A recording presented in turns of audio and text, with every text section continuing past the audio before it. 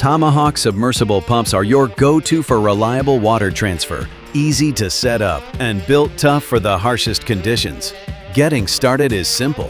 First, lay your hose out flat and straighten out any kinks or bends. Then connect the hose to the base of the pump, lower the pump into place, and set it on a stable surface to avoid clogging the intake.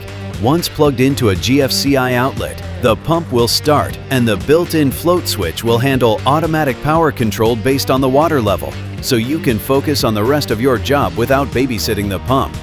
These pumps move up to 66 gallons per minute, ideal for contractors, pool maintenance, farms, and even tight areas like narrow wells. After use, unplug the unit and let it cool before detaching the hose. Rinse the pump of any debris and then store it in a dry place to keep it ready for the next job. And that's it. You'll be fully prepared when flooding strikes fast. For more tips and tricks on how to get the most out of your Tomahawk equipment, click subscribe today.